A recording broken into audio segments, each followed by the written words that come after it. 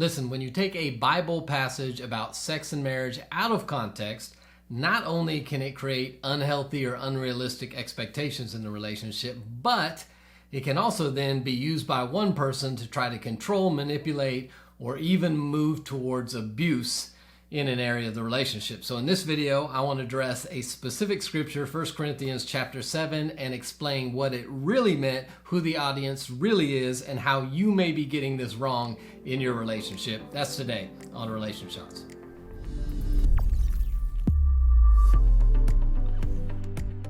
Hey, welcome to RelationShots. If this is your first time hanging out with us, you can download your free guide to intimacy. You'll see a link in the description area below. If we can help you in any area of your relationship, you'll see tons of links for live masterclasses, courses, our membership. We'd love to be a part of your relationship journey. But in this video, what I want to do is I want to address a Bible passage that is often used out of context, and when used out of context, turns the relationship between husband and wife into something it was never meant to be. So in 1 Corinthians chapter 7, Paul, who wrote this letter, was addressing married couples in the beginning, and here's what he says.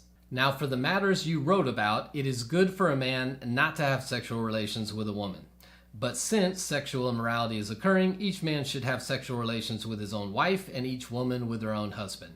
The husband should fulfill his marital duty to his wife, and likewise the wife to her husband. The wife does not have authority over her own body, but yields it to her husband. In the same way, the husband does not have authority over his body, but yields it to his wife. Do not deprive each other, except perhaps by mutual consent, and for a time, so that you may devote yourselves to prayer. Then come back together again, so that Satan will not tempt you because of your lack of self-control.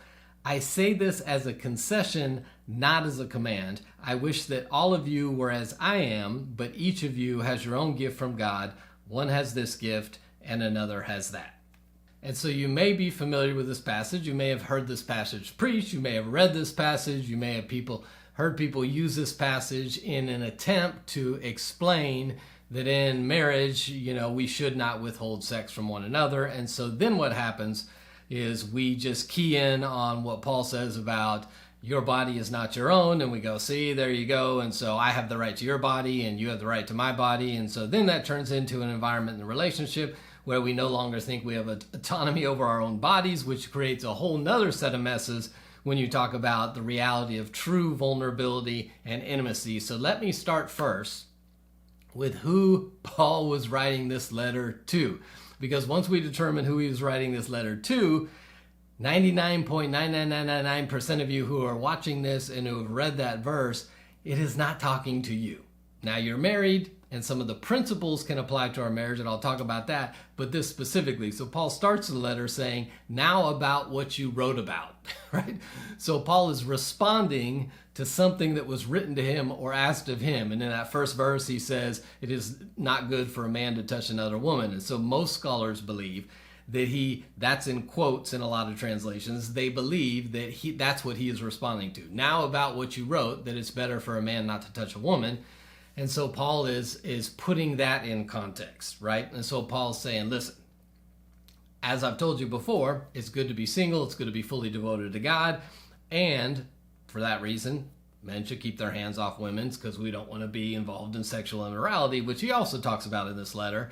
But he says, since it seems that that's not the case, here's a deal, each should have their own spouse, and here's the deal with the spouse. And so who Paul's addressing as he goes through this idea of do not withhold from each other except for a period of time and by mutual consent, who he was talking to was one of two groups in the Corinthian church at this time. And these are, again, remember, pagans, Gentiles who had become Christians. And so one group that he's talking to later in chapter 7, when he's saying it's better to marry than burn with passion, these people were what they call Christian hedonists, which means they were pleasure seekers. And so they were listening to Paul's admonition to say, stay single, but then they want to sleep with people, so they're running around sleeping with people. And so Paul's addressing them later in this chapter, but the group he's talking to in this passage specifically are what he would call the Christian ascetics. They were pleasure abstainers. And so you also see some of this in early Gnosticism, which is a heresy, but it is the idea that, well, since we're now spiritual beings and we're now dedicated to God, we should not satisfy our flesh anymore. And since sex is satisfying our flesh, you then had married couples who were becoming Christians, and in their dedication to God, they were deciding that they would be celibate inside their marriages. And this is not new to Christianity. This has been happening for 2,000 years, that often we take a passage, we take a principle, and we swing the pendulum so far from one side to the other that it's unhealthy again. You saw this in the early 90s with the whole I Kiss Dating Goodbye and True Love Waits movement. And so the thought with I Kiss Dating Goodbye was, well, we don't want people having sex before they get married, so swing the pendulum all the other way. We should probably not date at all, because it's impossible to date and not have sex because nobody can control themselves. And why would we celebrate self-control? Instead, we should just say, you can't control yourselves. You shouldn't have sex before marriage. So you know what? Let's kiss dating goodbye. That's a pendulum swing. Well, this is what was happening in the early church. We're now people of God. We want to live by the Spirit. We don't want to gratify the flesh. So we need to stop having sex, and we need to be celibate in our marriages. So who he is speaking to specifically were married couples who, one or both of them, were deciding that they should be celibate in their marriages because that was the best way to love and honor God and live in the Spirit. And Paul's saying, you're crazy. Sex is a part of marriage, and it's a healthy part of marriage. And so do not abstain from doing this. And that's why he goes into the whole idea of your body is not your own. But again, Paul says your body is not your own. And so the husband yields his body to his wife, and the wife yields her body to her husband. It never says that the wife owes her husband her body and the husband owes his wife his body. It's a mutual submission. It's a yielding to one another in this area. But again, who's he talking to? People who had decided that they should be celibate in order to honor God. And he's saying that's erroneous. So do not do that.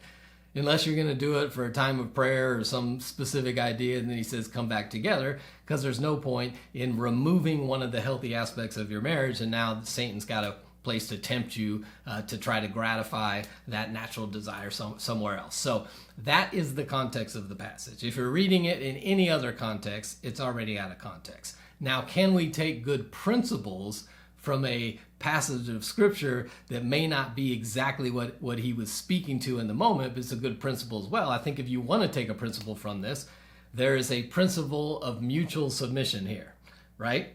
The husband, his body's not his own, he yields it to his wife. The wife, your body is not your own, you yield it to your husband. There's mutual submission in this area, and specifically here in the sexual relationship.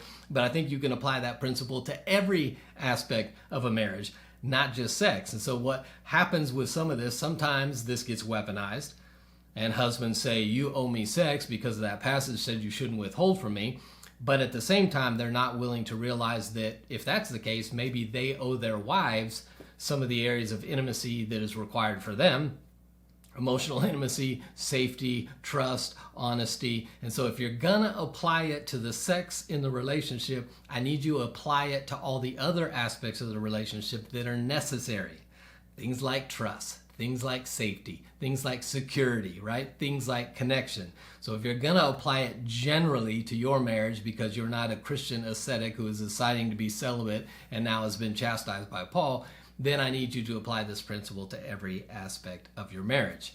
So if you've ever taken this passage and used it to weaponize and tell your spouse they owe you sex, you're taking it out of context and you're in error. If you're reading this passage and thinking, oh, this is what Paul's writing to everybody because they just weren't having enough sex. No, he was writing to people who had decided to forego sex for their devotion to God. And he's saying, you're missing the mark here. That's not what God's calling you to, that sex is still a healthy and God-honoring part of a relationship. So let's all agree that this is who he was talking to, that this is not a command that you have no autonomy over your own body, and whenever your spouse wants sex, you have to give it to them every single time. This is an area of mutual submission where we should have a desire to meet one another's needs, and let's not weaponize it anymore. So hopefully that was helpful. If you've ever seen or heard or believed that out of context, that was the original audience. Paul was answering a question that was submitted to him. That's what he states at the beginning of this thing. And what Paul is really expressing is there's no problem with you having sex in your marriage. That's still God honoring. And you know what? That's a way that we can serve one another, and we should yield ourselves to each other just as we mutually submitted to each other in every area of our relationship. That's what a healthy relationship is built on. I'd love to hear your comments in the comment section below, whether you agree with that, whether you've got a different perspective, whether you've heard that weaponized at times. Let's have a discussion about it, and I'll see you right back here next time on RelationShots.